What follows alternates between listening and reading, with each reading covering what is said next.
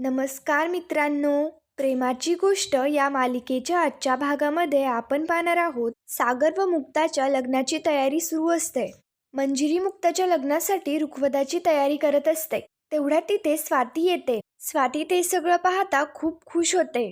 तेथे ठेवलेली भांडी पाहता स्वाती मंजिरीला विचारते, हे काय एवढी भांडी कशासाठी? आमच्याकडं काय कमी भांडे आहेत का? तर मंजिरी स्वातीला उत्तर देत म्हणते, याला रुखवत म्हणतात. आमच्याकडे ही पद्धत असते लग्नात. मुक्ता जेव्हा तुमच्याकडे येईल तेव्हा ती याच भांड्यांमध्ये स्वयंपाक करेल. स्वाती मंजिरीला कारण विचारते तर मंजिरी सांगू लागते, कारण तुमच्याकडे सगळ्या भांड्यांमध्ये नॉनव्हेज केलेलं असतं, त्यामुळे हीच भांडी वापरेल ती. स्वाती लगेच तिथनं निघून जाते. त्यानंतर सागर व मुक्ताच्या लग्नाच्या मंगलाष्टका सुरू असतात. सगळेच प्रेमाने व आनंदाने त्यांच्या डोक्यावरती अक्षता टाकत असतात. तेवढ्यात तिथे सावनी येते. सावनी येताच ते सगळं थांबवायला लावते. सावनीकडे सगळे आश्चर्याने पाहू लागतात. सावनी म्हणते, थांबवा हे सगळं, कारण हे लग्न होऊ नाही शकत. तेवढ्यात तिथे आतमधनं माधवी येते. सावनीला पाहता माधवी म्हणते, तुमचं पूर्वीचं जे काही असेल ते तिकडे, आता इथे घोळ नकोय. मुक्ताचं लग्न थांबवण्याचा तुला काहीच अधिकार नाहीये. सावनी म्हणते, हे लग्न लावून देण्यापेक्षा तुम्ही तिला विहिरीत ढकला. तुम्ही आता तेच करताय, निगेटिव्हिटीच्या विहिरीत ढकलताय तिला. एरवी मी या प्रकरणात काहीच बोलले नसते, पण मुक्ताला ओळखते मी. तिने माझ्या मुलीचं हसू परत आणलंय. मी माझ्या सईवरती जेवढं प्रेम करू शकले नसते ना, तेवढं प्रेम मुक्ताने केलंय. आणि अशा मुलीचं आयुष्य माझ्या डोळ्यादेखत बर्बाद होताना मी नाही बघू शकत. एवढं सगळं होत असताना मी गप्पही नाही बसू शकत. इंद्रा लगेच सावनीवरती मोठ्याने ओरडते. पुरुषोत्तम इंद्राला बोलण्यापासून थांबवतो आणि सावनीला म्हणतो, आम्हाला पूर्ण कल्पना आहे तुमचे आणि कोळींचे संबंध बिघडलेले आहेत. माधवी म्हणते, आणि कायदेशीररित्या हे वेगळे झालेत. मग त्याच्या आयुष्याशी हिला काही घेणं देणं असूच शकत नाही. सागर कोणाशी लग्न करतोय हा त्याचा खाजगी प्रश्न आहे. तुझं त्याच्याबद्दलचं मत काय असेल हे मी समजू शकते, पण आमचं मत बदललंय आता हळूहळू. त्याच्या पूर्व आयुष्याबद्दल आम्हाला सगळं माहितीये. माधवी सावनीला तिथनं जायला लावत असते. सावनी म्हणते, हो का, सगळं माहिती तुम्हाला? तर 11 वर्षाचा मुलगा आहे त्याला, हेही माहिती असेल. सावनीचं हे सगळं बोलणं ऐकताच सगळ्यांना आश्चर्याचा धक्का बसतो. मुक्ता सागरकडे आश्चर्याने पाहते. सावनी सागरकडे येत म्हणते, काय रे सागर, फक्त सईलाच पुढे पुढे केलं तू, आणि आदित्यचं काय, त्याला विसरलास? आपल्याला 2 मुलं आहे हे विसरलास का तू? तू त्याच्याबरोबर कसा वागलास, त्याच्यावरती कसे अत्याचार केले हे सगळंच विसरला आहेस का तू? आणि त्या रात्री काय घडलं होतं हेही विसरला आहेस का तू? सागर लगेच सावनीवरती ओरडतो. पण सावनी सागरवरती ओढत म्हणते, आदित्य हॉस्टेलमध्ये शिकतोय आणि तेही तुझ्यामुळे. त्याला डॉक्टरकडे घेऊन जावं लागलं होतं तेही तुझ्यामुळे. सावनी सागरला म्हणते, हा माणूस माणूस नाहीये, हा राक्षस आहे. इंद्रा सावनीवरती ओढत म्हणते, वाटेल ते बोलू नकोस. तू इथं कशाला आलीयस हे मला माहितीये. तू माझ्या पोराचं इथं लगीन मोडायला आलीये हे मला माहितीये. सागर व बापू दोघेही इंद्राला सावरत असतात.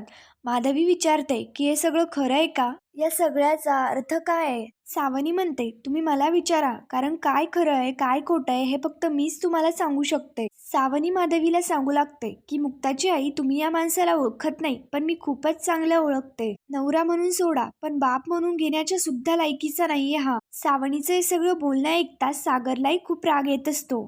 मुक्ता तर शांतपणे फक्त सावनीचं बोलणंच ऐकत असते. सावनी माधवीला सांगते, या माणसाने माझ्या मुलाला 8 वर्षाचं असताना काळनिळं होईपर्यंत मारलं होतं. आई वडिलांच्या भांडणामध्ये त्याने माझी बाजू घेतली, ही त्याची चूक होती का? त्यासाठी तू इतका चिडलास आणि तू त्याला इतकं मारलंस की तो बेशुद्ध पडला. आणि सावनी रडण्याचं नाटक करायला लागते. सावनी म्हणते, कसं आठवेल याला, कारण तो माणूस नशेत होता. सागर सावनीला म्हणतो, सावनी हे असं काहीच नाहीये. सावनी म्हणते, हे असं कोर्टात बोलत होता, पण कोर्टाने शेवटी त्याच्या अंगावरचे वरण बघून आदित्यची कस्टडी मला दिली. तुम्हा सगळ्यांना दिसतो ना हा, त्यापेक्षा हा माणूस जास्त रागीट आहे. आणि त्या दिवशी शुद्धीवरती आल्यानंतर त्याला आठवतच नव्हतं की आदित्यला त्याने इतकं मारलंय. सावनी मुक्ताकडे येत म्हणते, अगं मुक्ता, उद्या माझ्या जागी तू असशील आणि मध्ये सई असेल. मारणारे हात हेच असतील, फक्त झेलणारे चेहरे बदलतील. मुक्ता, तेव्हा जे काही झालं ते आदित्यने कोर्टात सांगितलं, आता सई सांगेल. सावनी पुरुषोत्तमला म्हणते, या सगळ्यामध्ये मुक्ताच्या मनावरती जे उरखाडे उमटतील ते कधीच पुसले जाणार नाही हे मी तुम्हाला सांगते. सावनी माधवीकडे येत म्हणते, आता एवढं सगळं होऊन सुद्धा तुम्हाला असं वाटत असेल की तुम्ही मुक्ताचं लग्न या माणसाशी लावावं, तर मग तो तुमचा निर्णय आहे. सागर सावनीवरती ओढत म्हणतो, गप्प बस तू. त्या दिवशी हे सगळं सांगून जजना फसवलंस आणि आता या सगळ्यांना फसवतीयस. भास्कर हे सगळं खोटं बोलतीयस. सावनी म्हणते, मग आपला 8 वर्षाचा मुलगा सुद्धा खोटा बोलत होता का? सागर म्हणतो, तू फितवलायस त्याला. सागर व सावनीची तिथेच भांडणं होतात. तर मुक्ता लगेच मोठ्याने ओरडत म्हणते की बास करा हे सगळं. लग्न मंडप आहे हा. प्रत्येक गोष्टीची कुठली तरी लिमिट्स असते. आणि मिस्टर सागर कोळी, तुम्ही तर या सगळ्या लिमिट क्रॉस केल्यात. आजपर्यंत तुमचा राग, द्वेष, अरेरावी सगळं सहन केलं मी. पण जो माणूस मुलावरती हात उगाळतो ना, त्या माणसाबरोबर मी कधीच नाही राहू शकत. मुक्ता घाईघाईत निर्णय घेत म्हणते, मी या माणसाशी लग्न नाही करू शकत. मुक्ता तिथं निघून जायला लागते. तर सागर मुक्ताला थांबवत म्हणतो की आमचा 8 वर्षाचा मुलगा, त्याच्या मनात विष पेरला हिने. त्याला खोटं बोलायला शिकवलं. तर मुक्ता म्हणते, सागर कोळी सोडून सगळेच खोटं बोलतात. म्हणजे तुम्हाला मुलगा नाहीये. सागर म्हणतो, मुलगा आहे, पण मी मारलं नाहीये त्याला. मुक्ता म्हणते, तुम्हाला मुलगा आहे हे तुम्ही लपवलत ना, तर तुम्ही त्याला मारलं नाही हे कशावरून खरं आहे? त्याला तुमच्या विरोधात साक्ष द्यावीशी वाटली, इतकं मारलत तुम्ही त्याला. उद्या सईला मारलत तर? आज हे पुन्हा एकदा सिद्ध झालंय की सई सावनीकडेच बेटर आहे. सई तुमच्याकडे अनसेफ आहे. मुक्ता सांगून टाकते की मी लग्न मोडतीये. मुक्ता सावनी समोर हात जोडत म्हणते, I am so sorry Savani. मी तुमच्यापासून लपवून एवढं मोठं पाऊल उचलणार होते. मी किती मोठी चूक करणार होते हे लक्षात आलंय माझ्या. पण आता सगळं संपलंय. सागरला लगेच कोर्टात घडलेला प्रकार आठवतो. म्हणजेच की जज आदित्यला विचारत होते की आदित्य तुला कुणाबरोबर राहायचंय? तर आदित्य सांगतो की पप्पा मला खूप मारतात, मला नाही राहायचंय त्यांच्याबरोबर. सागर कोर्टात सांगण्याचा प्रयत्न करत असतो की मी याला नाही मारलंय, पण कोणी त्याचं ऐकायलाच तयार नसतं.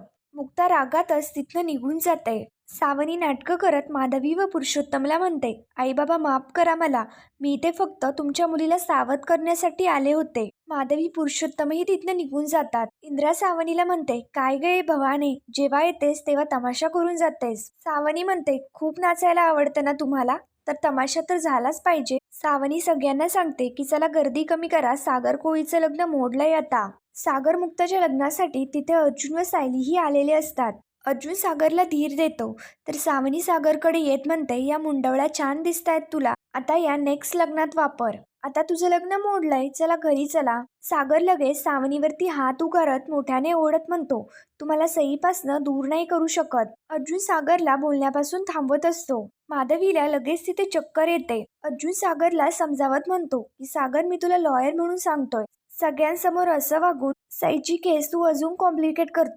अर्जुन साईला मुक्ताशी बोलण्यासाठी पाठवून देतो. सागर व मुक्ता दोघेही खूप अपसेट बसलेले असतात. पुढील भागामध्ये आपण पाहणार आहोत, सावनी व हर्षवर्धन दोघे पार्टी करत असतात. मुक्ता व सागरच्या आणखीन एका मोडलेल्या लग्नाबद्दल. अर्जुन सागरला समजावत म्हणतो, तू एकदा बोलून बघ, त्या लग्न करायला तयार होती. तेवढ्यात तिथे मुक्ता येते आणि मुक्ता म्हणते की मी तुमच्याशी लग्न करायला तयार आहे. मुक्ताचं हे सगळं बोलणं ऐकताच सागरलाही खूप आनंद होतो आणि सगळेच आनंदात होतात. प्रेमाची गोष्ट या मालिकेच्या पुढील भागांच्या डेली अपडेट्ससाठी मराठी रंग या चॅनलला लगेच सबस्क्राईब करा. धन्यवाद.